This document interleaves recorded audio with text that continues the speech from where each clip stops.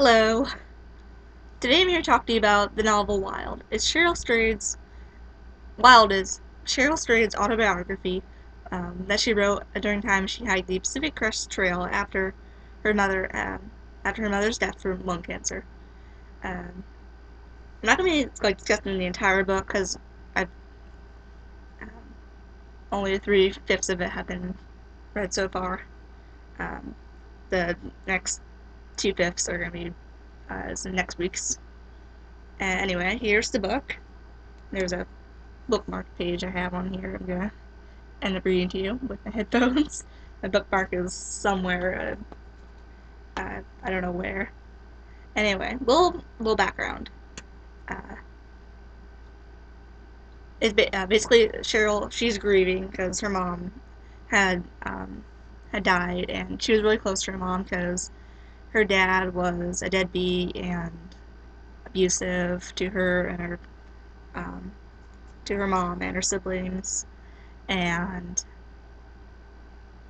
he ended up leaving them when she was young. So she was all Cheryl and her siblings were always close to their mom, and so when her mom had was diagnosed with cancer, their family just wasn't. Their family just fell apart. Like her stepdad, basically stopped contacting them.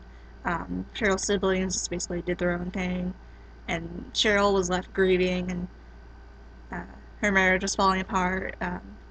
She ended up divorcing her husband, time Paul, and uh, after she had several affairs as her way of grieving. Like we all grieve in different ways. Like some people they they are curious of what happened. Like when someone dies, some try to use humor to mask everything. Others are just sad and just shut down emotionally. So we all have our different ways of coping, but we all go through the same 5 stages of grief: denial, bargaining, no, denial, anger, bargaining, depression, and acceptance. Uh, that was made by Elizabeth Kubler-Ross back at some point a long time ago. That's when she gave the 5 stages of grief. Cheryl has had a denial, anger, bargaining, and depression. She's not acceptance yet. Um, like she probably will when at the end of the novel. Uh, I mean, I can't tell you, so you have to fend it for yourself. I mean, this is a great read. It's not Oprah's book club for nothing, you know. If, Oprah's book club's a pretty big honor, I've heard. I haven't watched Oprah, so anyway.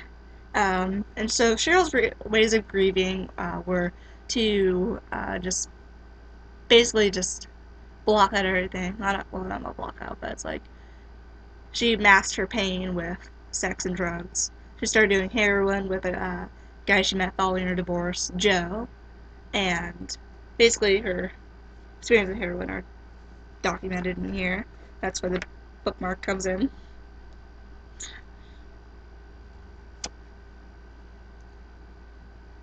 Have you ever? I'm gonna read you page 52 and 53.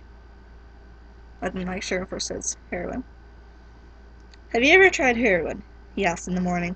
I shook my head and laughed idly. Should I? I could have let it drop. Joe had only just started using it from uh, when he met me. It was something he did separate from me, with a group of friends he'd made whom I didn't know. I could have glided right past it, but something compelled me to pause instead. I was intrigued. I was unattached. In my youth and sorrow, I was ready to self-destruct. So I didn't just say yes to heroin. I pulled it in with both hands. I was cuddled up with Joe, post-sex, on his ratty couch the first time I used it, a week after we'd met. We took turning up smoke from Dagger with a sap sheet of aluminum foil through a pipe that was foiled. In a few days, I wasn't wounded as Lisa being a friend, and escaped my sorrows anymore from her divorce. I was in Portland, falling into a drug-fueled half-love with Joe. I moved into his apartment above an abandoned drugstore, where we spent most of the summer having adventuresome sex and doing heroin. In the beginning, it was a few times a week. Then it was every couple of days. Then it was every day.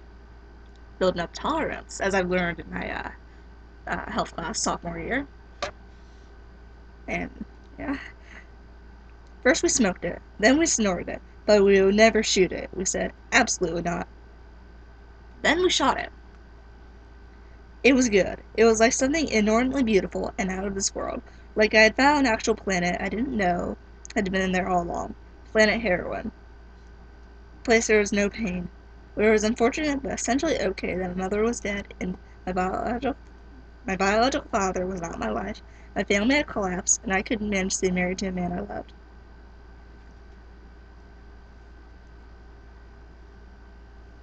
So she starts doing that, and that's like but she ends up quitting and getting sober from that, and then which is the heroin and her divorce and her mother's death are a catalyst for leading her to hike the Pacific Crest Trail, and basically that's most of the novel. It's her journey on the Pacific Crest Trail. So check it out if you haven't, and it's a good read. So bye.